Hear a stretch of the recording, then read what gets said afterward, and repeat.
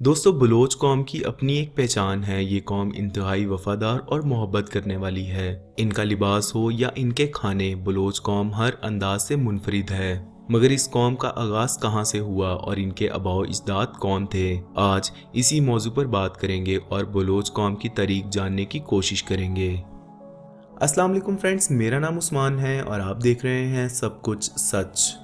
दरअसल बलोच अरबी थे, यानी इनके आबाओ अजदाद अरब के रहने वाले हुआ करते थे, इसलिए ये अरबी कौम है। जबकि बलोच एक ईरानी लफ्ज़ है। इसको मुख्तलिफ ज़बानों में अलग अलग तरीके से बोला जाता है, जैसे कि अरबी इसे बलोच या बरोच कहते हैं, जबकि असल लफ्ज़ बलोच है। बहरहाल बलोच कौम का ताल्लुक अरब कबीलों से था, मगर इनकी तारीख को पढ़ने के लिए कोई किताब मौजूद नहीं है। खुद बलोच कौम के पास भी अपनी तारीख के नाम पर सिर्फ एक नज़्म है, जिसको पढ़कर इनकी तारीख का अंदाज़ा लगाया जा सकता है। इस नज़म के मुताबिक बलोच हज़रत हमज़ा रज़ी ताला अन्हा की औलाद में से हैं, क्योंकि बलोचों के ताकतवर सरदार मीर जलाल खान का शजरा हज़रत मोहम्मद सल्लल्लाहु अलैहि वसल्लम के चाचा हज़रत हमज़ा रज़ी ताला अन्हा से जाकर मिलता है।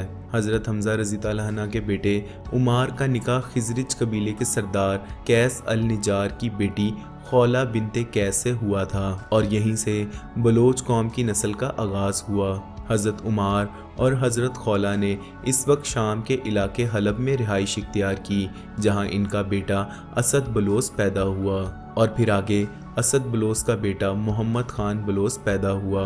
इसके बाद जब मोहम्मद खान बलोच का अपना बेटा उल्मिश खान बलोच पैदा हुआ, तो वो शाम से हिजरत कर कर ईरान चले गए, जहां लफ्ज़ बलोच बदलकर बलोच बन गया और यूं बलोच कौम की शुरुआत हो गई। कहा जाता है कि बलोच कौम ने मैदान करबला में हज़रत हुसैन रज़ी ताला अन्हा का साथ दिया। जब हज़रत हुसैन रज़ी ताला अन्हा शहीद हो गए, तो ये लोग यहाँ से हिजरत करके बोपुर चले गए और वहाँ से हिजरत करके मकरान पहुँचे। इनके बारे में मज़ीद लिखा जाता है कि इन्होंने ना सिर्फ मैदान करबला में हज़रत इमाम हुसैन का साथ दिया, बल्कि जब मक्का में हज़रत मोहम्मद सल्लल्लाहु अलैहि वसल्लम पर कुफार हमले कर रहे थे, तब बलोच कौम ने अपने तमाम कबीलों में से बहादुर लोग जमा किए और इनको हज़रत मोहम्मद सल्लल्लाहु अलैहि वसल्लम की हिफाजत के लिए मक्का भेज दिया। बलोची कौम ईरान में पूरी शान और शौकत के साथ रहते थे।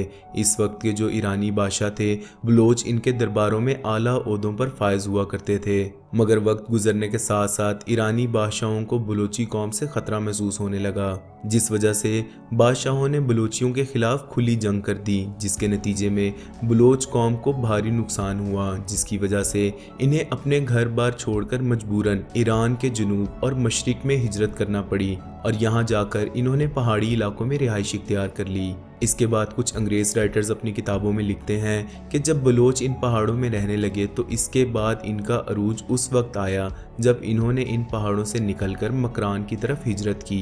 राइटर्स लिखते हैं कि बलोचों ने 2 बार हिजरत की। पहली बार जब मंगोलों ने हमले शुरू किए, तो ये लोग हलब से हिजरत करके ईरान चले गए और फिर ईरान से हिजरत करके मकरान पहुंचे। यहीं से इनका अरूज वापस शुरू हुआ। फिर मकरान से हिजरत करके सिंध में जा बसे। जब इन्होंने सिंध में कदम रखे, तो बड़े सगीर में इनको हमेशा के लिए पहचान मिल गई, मगर इसी वक्त बलोच कौम 2 हिस्सों में तकसीम हो गई। इस वक्त सरदार अमीर जलाल खान तमाम बलोच कबीलों के सरदार थे।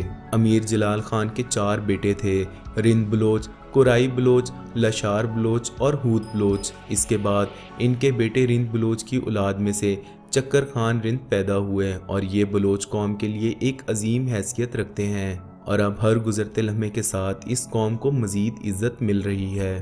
बलोच कौम के बारे में बहुत सी किताबें लिखी जा चुकी हैं, मगर असल और हकीकी किताब कोई मौजूद नहीं है। उम्मीद करता हूँ आज का टॉपिक आपको पसंद आया होगा। मज़ीद अच्छी वीडियोस के लिए हमारा यूट्यूब चैनल सब्सक्राइब कर दें, बेल आइकन प्रेस कर दें और वीडियो को लाइक कर दें। जज़ाकल्लाह।